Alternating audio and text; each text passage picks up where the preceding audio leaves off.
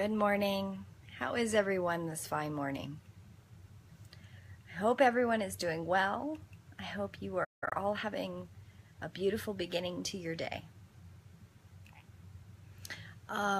Yesterday and this morning, I have awoken with what I could probably describe as a migraine from hell.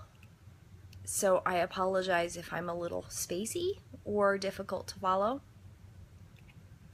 And it didn't help that yesterday's video was on my computer, and my computer does not take very good videos. I keep trying, and it's always bad. So I'm going to stop that. The theme for today is, do you practice hospitality of spirit? And because I have such a bad headache, I thought what I would do this time is actually look up the definition of hospitality, so that I can explain what it is I'm trying to say.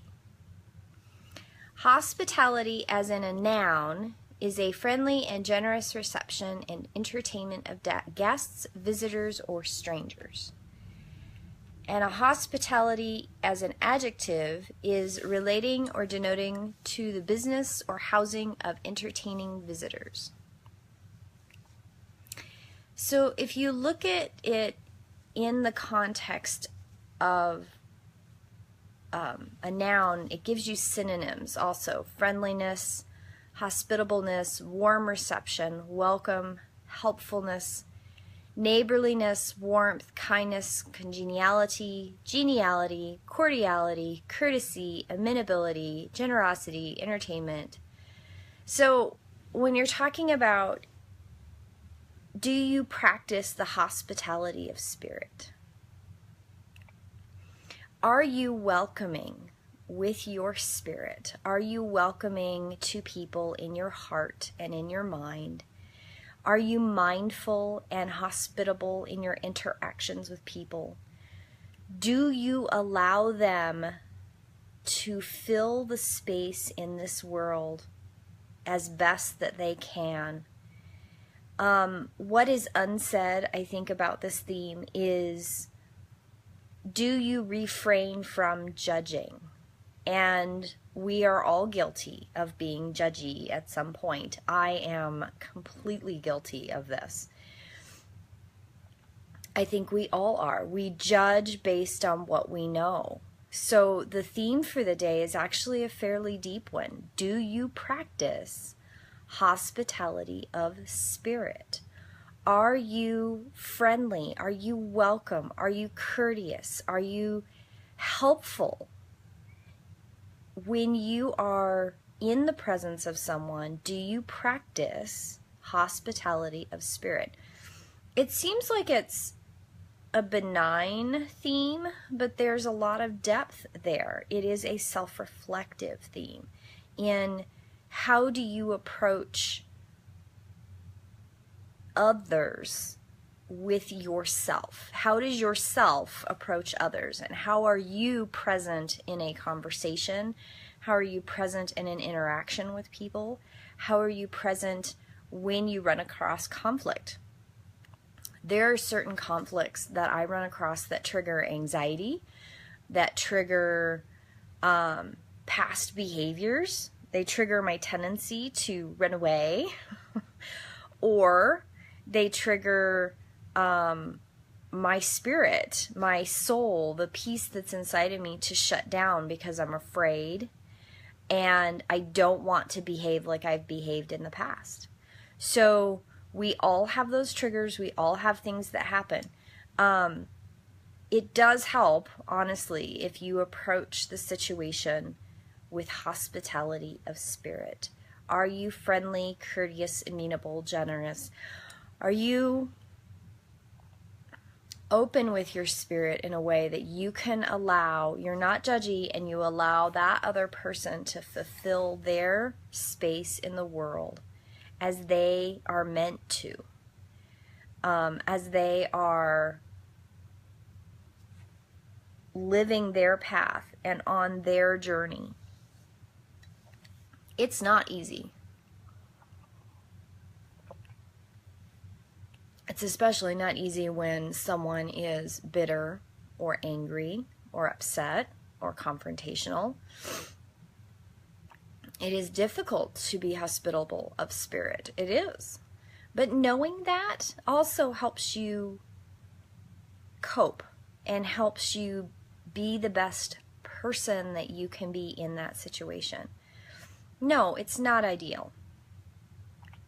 Now, the other side of that, and I don't talk about this very often, but I want to make sure that everybody knows, that does not, because you want to be hospitable of spirit, does not mean you become a mat on the floor or a rug on the floor and let someone run over you. No, that's abuse, and you don't do that either. You don't have to allow someone to hurt you just to be hospitable, okay?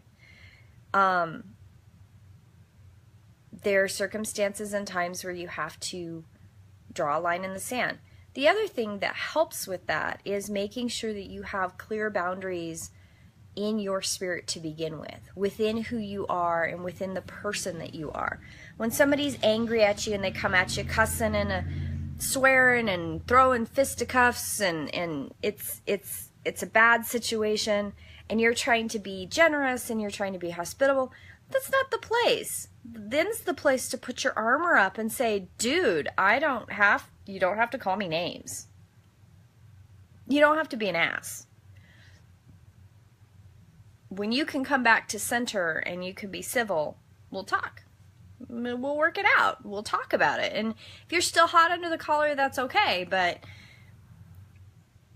don't attack me. So there's a time and a place. And I wanted to point out a couple days ago, and I forgot. It was actually part of my outline, and then I forgot it. I think that what people don't necessarily understand all of the time is that you can be a very deeply spiritual, kind and loving, giving person and be grounded. And you're going to have good days and you're going to have bad days, and you live in the real world. Probably something that really drives me absolutely crazy is quote unquote spiritual people who probably are very spiritual people, but they're so highfalutin and they're off in the clouds and there's no grounding and it's all peace and love and happiness. And dude, they can't go grocery shopping without getting lost in the aisles. That's not grounded. That's not real world application of being a spiritual being. So yes, be hospitable in spirit, but don't lose yourself. Don't undermine who you are as a being that lives in this world. You cannot function in this world if half of you or 3/4 of you is in the other. That's not experiencing this life and learning the lessons you need in this life. That's not what's going on. What's going on is you're running away, and that's not practical. So that's my tidbit on that. I get kind of upset about it because I do a lot of teaching of classes and people are trying to be spiritual and they're trying to be, this spiritual pagan, and they're trying to be all connected and they're trying to be magical and all these wonderful things. Well, that's great, but ground out, dude. Live in the real world. Don't run away from it. Don't use spirituality and don't use spiritual growth and don't use that to run away from life. And I say that from a real world place. We've all done it at some point.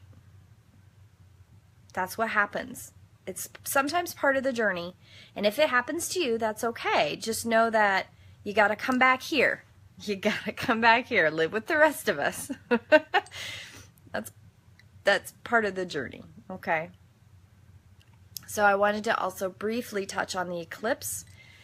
I'm going to do a full thing on the eclipse. I have about 12 pages of notes that I'm going to break down and make an outline and do just a video about energy and the eclipse. I'm also working on transitioning these videos into podcasts. So wish me luck on that. So the eclipse takes place on August 21st, that's next Monday, at 28 degrees and 53 minutes of Leo. It will affect people born with personal planets and points at approximately 24 to 30 degrees of the fixed signs, such as Taurus, Leo, Scorpio, and Aquarius. And approximately 0 to 4 degrees of the mutable signs, Gemini, Virgo, Sagittarius, and Pisces. So something that's really good to know, just astrologically, I have to point this out, that there is an eclipse of some kind, either a lunar or a solar eclipse, every 18 months. So everybody's making a big deal of this eclipse on Monday. The reason they're making a big deal of it is it's the one that's the most visible to North America. That's why everybody's flocking to see it, blah, blah, blah. But there's a lunar or solar eclipse every 18 months. This is not a big, it only happens every 50 years type thing, okay? So that's an astronomical event that happens. You can look it up. I Googled it because I was like, I could have swore we had just an eclipse not very long ago. Well, I've been doing some research, and now astrologically, according to charts, I kind of thought it was fairly frequent, but I hadn't done my research in a while, so I have quite a bit of research on what that means astrologically to your sun sign and what that means. But one of the big things to note is that it's, with every eclipse, lunar or solar, it's the ending of one thing and the beginning of something new. I, in my personal life, am having some things that have come up, and ironically, as soon as the lunar eclipse happened, they came up, and I'm working through them through this week, and then I will prepare my response after the solar eclipse. I am not going to mess with that stuff until after the solar eclipse because the energy is so rough during this time, because you have it so close together. That doesn't happen very often, a lunar and a solar eclipse very close together. I have not found last time it happened that close, but I'm working on that research. So I hope you all have a beautiful day. I'm going to read a prayer for the day from the Celtic Devotional, Daily Devotionals.